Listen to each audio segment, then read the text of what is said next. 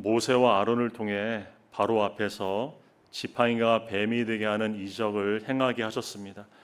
그런데 애굽의 마술사들도 동일하게 행하게 되자 바로는 마음이 완악하여 그들의 말을 듣지 않게 됩니다. 그리고 오늘 본문에서 하나님은 본격적으로 애굽의 재앙을 내리기 시작하십니다. 하나님께서 애굽 땅에 처음으로 내리신 재앙은 물이 피로 변하는 재앙이었습니다. 생명을 유지하게 해주는 그 물이 하루아침에 피로 변하게 된 것입니다. 애굽 사람들에게 나일강은 단순한 강이 아니었습니다.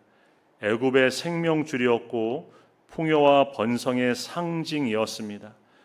애굽 문명은 나일강을 중심으로 세워졌고 사람들은 그 강이 자신들을 살린다고 믿었습니다. 그래서 애굽 사람들은 나일강을 단순한 자연이 아니라 신처럼 섬기며 의지했습니다.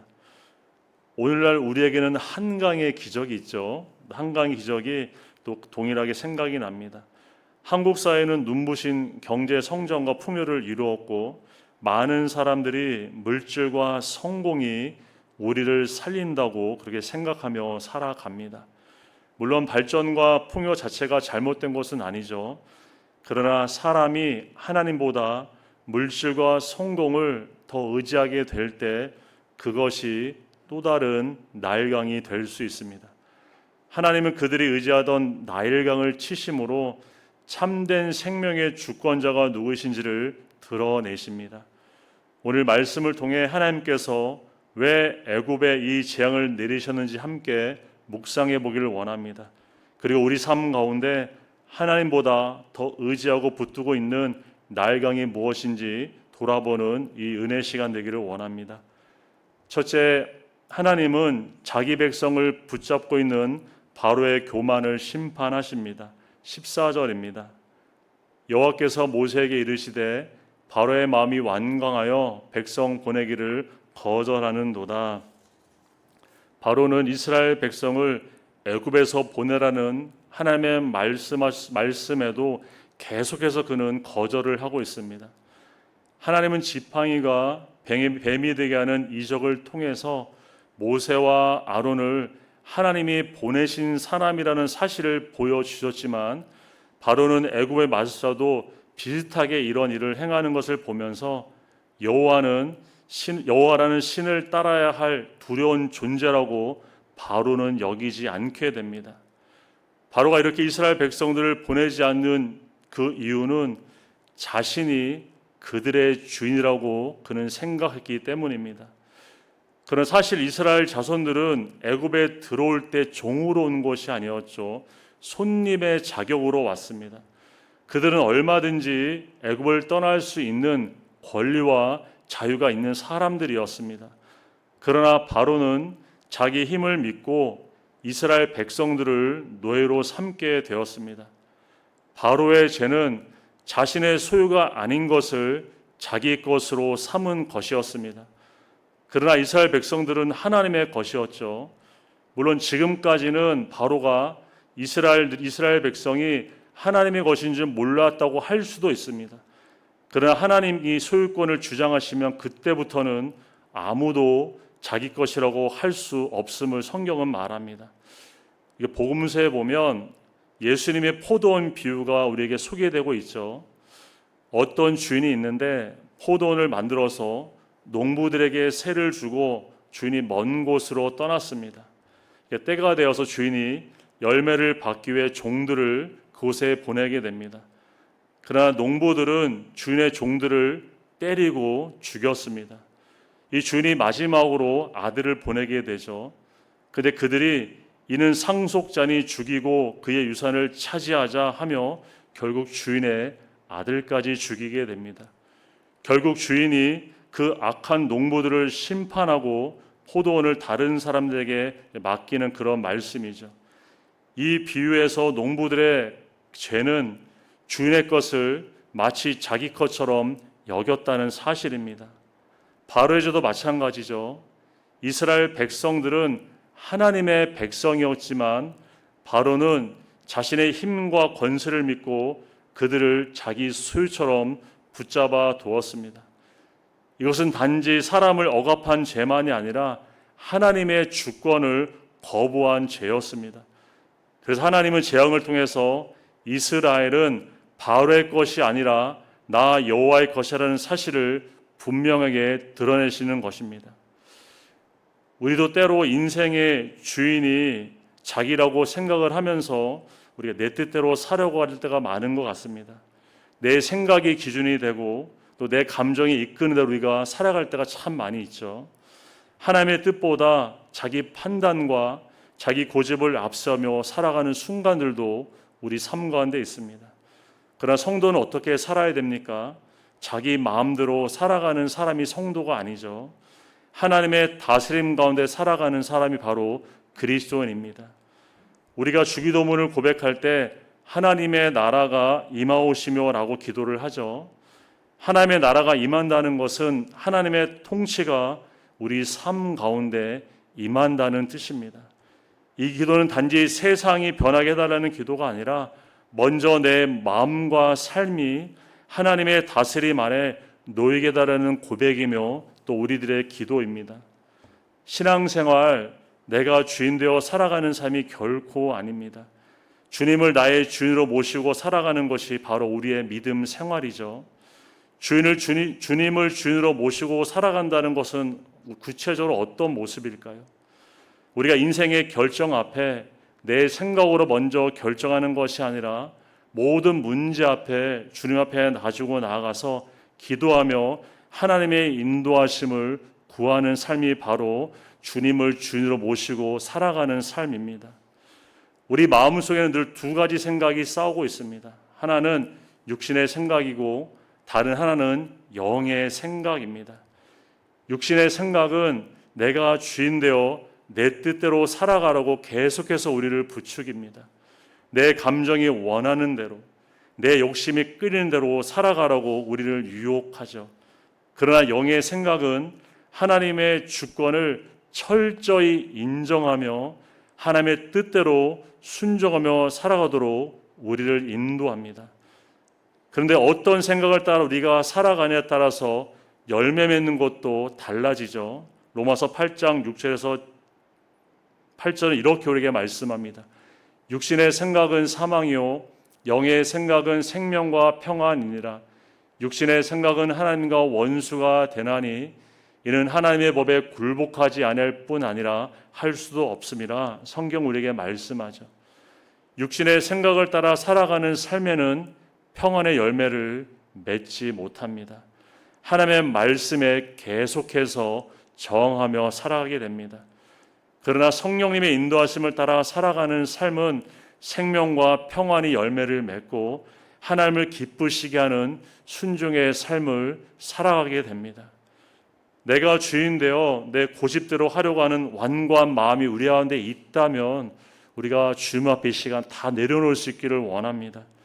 계속해서 자기 뜻과 자기 욕심을 붙들고 살아가는 우리의 삶이 아니라 하나님은 때로 고난을 허락하심으로 우리를 돌이키는 줄 알고 하나님이 우리를 또 그런 고난 가운데 허락하시기 전에 우리의 완고한 마음을 주님 앞에 온전히 내려놓는 저와 여러분 되기를 바랍니다.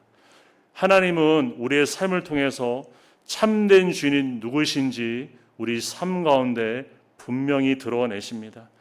하나님은 우리가 더 이상 자기 정욕과 자기 야망을 위해서 살아가지 말고 하나님의 뜻과 하나님의 영광 가운데 살아가길 하나님 우리에게 기대하시고 또한 원하십니다. 바로는 자기 힘과 자기 뜻을 붙잡았지만 하나님은 재앙을 통해서 이스라엘 백성은 내 백성이라는 사실을 분명하게 가르치시고 선포하셨습니다. 복음은 하나님이 우리의 인생의 참된 주님이심을 드러내게 합니다. 더 이상 내가 중심되어 살아가는 삶이 아니라 하나님을 주인으로 모시고 살아가는 삶, 바로 복음을 믿는 저와 여러분의 삶인 줄 믿습니다. 내 뜻보다 하나님의 뜻을 우리가 더 구하고 내 힘보다 하나님의 능력을 의지하며 성령님의 인도하심을 따라 살아가는 저와 여러분의 믿음의 삶이 될 수 있기를 주님의 이름으로 축복합니다. 둘째, 하나님은 나일강을 치심으로 애굽의 우상을 심판하십니다. 15절을 보겠습니다. 하나님이 모세에게 말씀하여 이르시되 나는 여호와이니라. 우리가 17절인가요? 한번 볼까요? 예. 네, 죄송합니다. 16절 한번 보여주세요. 다르네요. 네, 제가 읽어드릴게요. 아침에 너는 바로에게 가라. 보라, 그가 물 있는 곳으로 나오리니 너는 나일 강가에 서서 그를 맞이하면 그 뱀 되었던 지팡이를 손에 잡고, 이렇게 말씀을 합니다. 하나님은 모세에게 지팡이를 가지고 나일강에 가서 바로를 만나라고 하시죠. 그리고 그에게 다시 하나님의 말씀을 전하게 하십니다. 바로님이 여러 차례 바로에게 하나님은 이스라엘 백성을 보내라고 이렇게 말씀을 하셨죠. 그러나 바로는 지금까지 계속해서 거절로 반응을 합니다. 우리 여기서 주목할 것은 바로가 아침에 나일강으로 나간 이유입니다. 성경학자들은 바로가 아침에 나일강에 나온 것은 나일강의 신에게 경배하는 의식을 행하기 위함이라고 그렇게 성경학자들은 말합니다. 나일강은 애굽 왕에게도 예배의 대상이 되었던 것이었죠. 하나님은 바로가 우상에 경배하러 나가는 그 자리에서 모세를 통해서 심판을 지금 선언하고 계십니다. 하나님은 애굽의 신성한 장소, 경건하게 여기는 시간에 나타나셔서 나는 여호와다라고 하나님 지금 선포하시는 것입니다. 17절을 보시면 여호가 이같이 이르노니 내가 이로 말미암아 여호와인 줄 알리라. 볼지어다 내가 내 손의 지팡이로 나일강을 치면 그것이 피로 변하게 될 것이다. 하나님 말씀하십니다. 하나님은 말씀을 듣지 않는 바로에게 나일강이 피로 변하게 될 것을 모세와 아론을 통해서 전하게 하시죠. 그리고 이 일을 통해서 여호와인 줄 알게 될 것이라 하나님 분명하게 그들에게 말씀을 하십니다. 이것은 단지 재앙을 예고하는 말이 아니죠. 하나님께서 누구이신지를 드러내는 하나님의 선언이십니다. 나일강은 애굽의 생명줄이었습니다. 나일강을 통해 흘러내리는 비옥한 흙이 애굽의 농사를 풍요롭게 했고, 또 강의 수로를 이용하여 많은 물자를 또한 그들은 수송할 수 있었고, 나라를 지키는 자연 요새 역할을 또 나일강이 감당을 했습니다. 애굽 사람들은 나일강이 준 이 모든 풍요로 인해서 나일강을 숭배하고 그들은 신으로 섬겼음을 보게 됩니다. 그러나 하나님은 나일강 물을 피로 변하게 하심으로 애굽 사람들이 의지하고 섬겼던 우상을 하나님 심판하십니다. 출애굽기 12장 12절에 하나님 이렇게 말씀하십니다. 내 애굽의 모든 신을 내가 심판하리라, 이렇게 말씀합니다.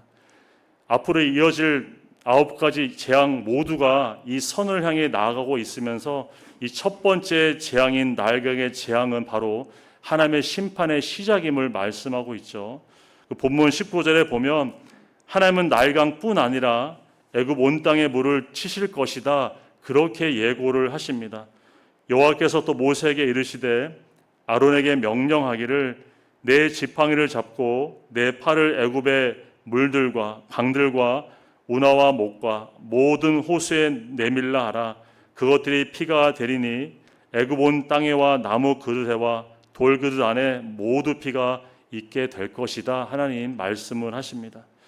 강들과 운하와 또한 목과 호수의 물까지 모두 하나님 피로 변하게 하시죠. 심지어 나무 그릇과 돌 그릇 안에 담긴 물까지 하나님 피가 되게 하십니다. 이것은 하나님께서 애굽 사람들이 의지하던 모든 생명의 근원을 완전히 치시는 것을 성경 우리에게 보여줍니다. 애굽 사람들은 나일강이 자신들을 살린다고 믿었지만 하나님은 한순간에 그 물을 피로 변하게 하심으로 생명의 주권이 하나님께 있음을 하나님 그들 가운데 분명히 드러내십니다. 하나님께서 은혜를 거두시면 사람이 의지하는 것들은 더 이상 생명이 될 수 없음을 성경 우리에게 잘 말씀합니다.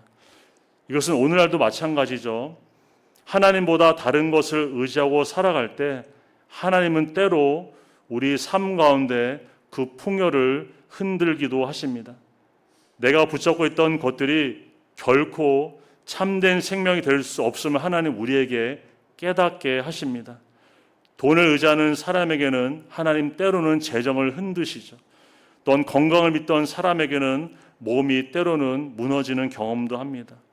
사람을 의지하던 사람에게는 그 관계들도 끊어지게 하십니다. 하나님은 우리가 나일강을 바라보지 말고 나일강을 만드신 하나님을 바라보길 하나님 우리에게 원하십니다. 우리는 지금 무엇을 의지하며 살아가고 있습니까? 어떤 사람은 돈이 잔고에 풍족해야 평안하기도 하고, 어떤 사람은 자녀가 잘 될 때 행복을 누리기도 하고, 어떤 사람은 다른 사람들의 인정과 칭찬이 있어야만 살아갈 힘이 생기기도 합니다. 또 어떤 사람은 건강처럼 두려워하기도 합니다. 이 모든 것들이 우리 삶의 나일강이 될 수 있다는 사실입니다. 그것 자체로는 결코 나쁜 것들은 아니죠. 그러나 그것이 하나님의 자리를 대신 차지하게 될 때 그것은 우리에게 우상이 됩니다. 골로새서 3장 5절은 우리에게 이렇게 말씀합니다. 탐심은 우상 숭배니라 말씀하죠. 탐심, 곧 하나님보다 더 간절히 원하고 더 깊이 의존하는 것이 있다면 바로 그것이 우상입니다. 내가 만든 신에서 팀 켈러는 인간의 마음은 끊임없이 우상을 만들어내는 공장과 같다, 그렇게 말합니다. 사람의 마음은 하나님만으로 만족하지 못하고 자꾸 하나님을 대신하는 다른 것들을 붙들려고 합니다. 하나님보다 돈을 더 신뢰하면 돈이 우상이 되는 것이죠. 그리고 성공을 더 갈망하면 그 성공이 우리의 우상이 될 수 있습니다. 사람의 인정을 더 붙잡게 되면 그 인정이 우리에게 우상이 되겠죠. 심지어 가족과 건강과 명예와 하나님의 자리를 차지하는 순간 그 모든 것들이 저와 여러분의 우상이 될 수 있습니다. 근데 문제는 우상이 처음부터 우상처럼 보이지 않는다는 데 있습니다. 대부분은 우리에게 꼭 필요한 것처럼, 좋은 것처럼 우리에게 다가옵니다. 그 사람은 자신도 모르는 사이에 하나님보다 그것들을 더 사랑하기도 하고 더 두려워하기도 하고 더 의지하는 것을 그 마음 가운데 우리도 모르는 사이에 올려놓게 됩니다. 결국 인간의 마음은 끊임없이 하나님 대신에 무언가를 그 자리에 올려놓으려고 하는 것이 바로 우리의 본성임을 깨닫게 됩니다. 그러나 성도는 결코 세상 것으로 만족하는 삶이 되면 안 되겠죠. 오직 하나님으로 만족하는 삶을 살아가는 것이 바로 그리스도인이고 주님의 제자의 삶인 줄 믿습니다. 주님만이 우리의 기쁨이 되고 주님만이 우리의 힘이 되시며 주님만이 우리의 만족이 되는 삶을 살아가는 저와 여러분 되기를 간절히 소원합니다. 하나님만으로 만족하지 못할 때 사람은 계속해서 또 다른 나일강을 찾게 됩니다. 우상 숭배는 결코 다른 사람의 이야기도 아니고 먼 나라 이야기도 아닙니다. 하나님보다 더 사랑하고 하나님보다 더 두려워하고 하나님보다 더 의지하는 것이 있다면 그것이 바로 오늘 우리의 삶의 나일강이고 또한 우리의 우상입니다. 하나님은 우리가 하나님보다 다른 것을 더 의지하며 살아갈 때 그것들을 치시며 내가 하나님인 줄 하나님 우리에게 알게 하십니다. 그러나 우리는 하나님보다 더 앞서는 것이 우리 마음을 지배하지 않도록 우리의 마음을 잘 지킬 수 있기를 바랍니다. 오직 하나님만이 우리의 생명과 복과 은혜와 평강의 근원 되신 우리가 굳게 믿으며 오직 주님만을 의지하며 살아가는 저와 여러분의 삶이 될 수 있기를 주님의 이름으로 축복합니다. 셋째, 하나님은 완고한 인간을 심판하시되 긍휼을 거두지 않으십니다. 20절과 21절을 보시겠습니다. 모세와 아론이 여호와께서 명령하신 대로 행하여 바로와 그의 신하의 목전에서 지팡이를 들어 나일강을 치니 그 물이 다 피로 변하고 나일강의 고기가 죽고 그 물에서는 악취가 나니 애굽 사람이 나일강 물을 마실 수 없으며 애굽 온 땅에는 피가 있으나 말씀합니다. 하나님께서 말씀하신 그대로 나일강의 물이 피로 변했습니다. 애굽 사람들의 생명의 근원을 여기던 강이 더 이상 생명을 주지 못하게 되었죠. 물고기들이 죽고 악취가 나며 사람들은 그 물을 마실 수 없게 되었습니다. 그런데 애굽의 요술사들도 자기들의 요술로 이와 같은 일을 행하죠. 22절에 보면 애굽 요술사들도 자기 요술대로 그와 같이 행함으로 바로의 마음이 완악하여 그들의 말을 듣지 아니하니 여호와의 말씀과 같더라. 성경 우리에게 말씀합니다. 바로는 이 모습을 보고 그의 마음을 돌이키지 않았습니다. 오히려 애굽의 요술사들도 같이 할 수 있는 이 일을 보면서 하나님의 말씀을 계속해서 우리 바로는 거절을 하죠. 그리고 결국 바로는 이 일에 더 관심도 두지 않고 그냥 궁으로 돌아가 버립니다. 결국 바로의 문제는 하나님 앞에 무릎 꿇지 않은 그의 교만이었고 그의 거만이었죠. 그는 회개할 이유보다 불순종한 이유를 그는 찾았습니다. 말씀을 따르기보다 거절할 이유를 그는 더 붙잡았습니다. 애굽의 요술사들도 비슷한 흉내를 내자 그것이 그의 핑계가 되었고 그는 결국 하나님 말씀 앞에 돌이키지 않게 되었습니다. 우리는 때로 하나님의 뜻을 몰라서 순종하지 못하는 것이 아니죠. 순종하기 싫어서 때로는 변명을 우리가 찾기도 합니다. 말씀보다 내 생각을 앞세우기도 하고 회개하기보다 자꾸 자기 합리화를 우리는 선택하기도 합니다. 우리가 잊지 말아야 할 것은 우리의 본성은 순종보다 불순종을 더 추구하기를 원한다는 사실입니다. 믿음 생활이 무엇인가요? 우리의 본성을 거슬러가는 좁은 길이 바로 저와 여러분의 믿음의 길입니다. 예배를 드리고 말씀을 묵상하고 기도하고 봉사하며 헌신하는 이 모든 신앙 행위는 결코 자연스럽게 우리 가운데 흘러나오는 것이 아니죠. 자기 중심적인 본성과 우리가 싸우면서 하나님 앞에 자신을 복종시킬 때 이기게 되는 영적 승리입니다. 왜 우리는 하나님의 뜻을 알면서도 그렇게 순종의 삶을 우리가 잘 살지 못하는 것일까요? 단지 지식의 문제는 아니죠. 하나님보다 자기 자신을 더 앞세우는 교만이 우리 마음을 여전히 지배하고 있기 때문입니다. 교만한 마음은 하나님보다 자기 생각을 더 신뢰하게 하고 말씀보다 자기 경험, 자기 판단, 자기 느낌을 더 옳게 여기게 합니다. 그래서 순종보다 자꾸 변명을 선택하게 되고 회개보다 자기 합리화로 우리를 인도하게 됩니다. 우리가 정말 바빠서 순종하지 못하는 것인지 아니면 하나님보다 더 중요하게 붙들고 있는 것이 있기 때문은 아닌지 우리는 순종 앞에 우리의 자신을 늘 정직하게 바라볼 수 있기를 바랍니다. 교만은 사람을 완고하게 하고 겸손은 사람을 하나님께로 돌아오게 합니다. 하나님은 우리의 거절이 아니라 하나님은 우리의 순종을 지금도 우리에게 원하십니다. 죄 앞에 우리가 변명하는 것이 아니라 겸손한 해결을 하나님 우리가 하기를 원하십니다.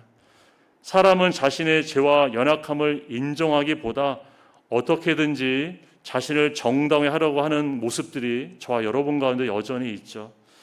아담과 하와도 범죄한 후에 어떻게 했습니까? 자신의 죄를 인정하기보다 서로 변명하기 바빴습니다. 죄는 사람으로 하여금 회개보다 변명을 선택하게 만듭니다. 그러나 하나님은 완벽한 사람을 찾지 않으시죠. 자신의 죄를 인정하고 하나님 앞에 돌이키는 사람을 하나님은 기뻐하십니다. 요한일서 1장 9절 이렇게 우리에게 말씀합니다. 우리 함께 같이 고백해 볼까요? 만일 우리가 우리 죄를 자백하면 그는 미쁘시고 의로우사 우리 죄를 사하시며 우리를 모든 불의에서 깨끗하게 하실 것이요. 변명하며 죄를 숨기는 사람은 하나님의 깊은 은혜를 경험하기 어렵습니다. 겸손히 자신을 자복할 때 하나님은 그 사람의 용서와 회백의 은혜를 누리게 하십니다. 근데 놀라운 사실은 하나님은 애굽의 진노를 내리시면서도 그들을 완전히 죽게 하시지는 않으신다는 것을 우리가 보게 됩니다. 24절을 보시면 애굽 사람들은 나일강물을 마실 수 없으므로 나일강가를 두루 파서 마실 물을 구하였다 이렇게 말씀하죠. 밖으로 드러난 물은 모두 피로 다 변했지만 땅 속에서 나오는 물은 마실 수 있도록 하나님 그대로 은혜를 베풀어 주셨습니다. 하나님은 심판 가운데도 하나님 애굽 백성들에게 긍휼을 거두지 않으셨죠.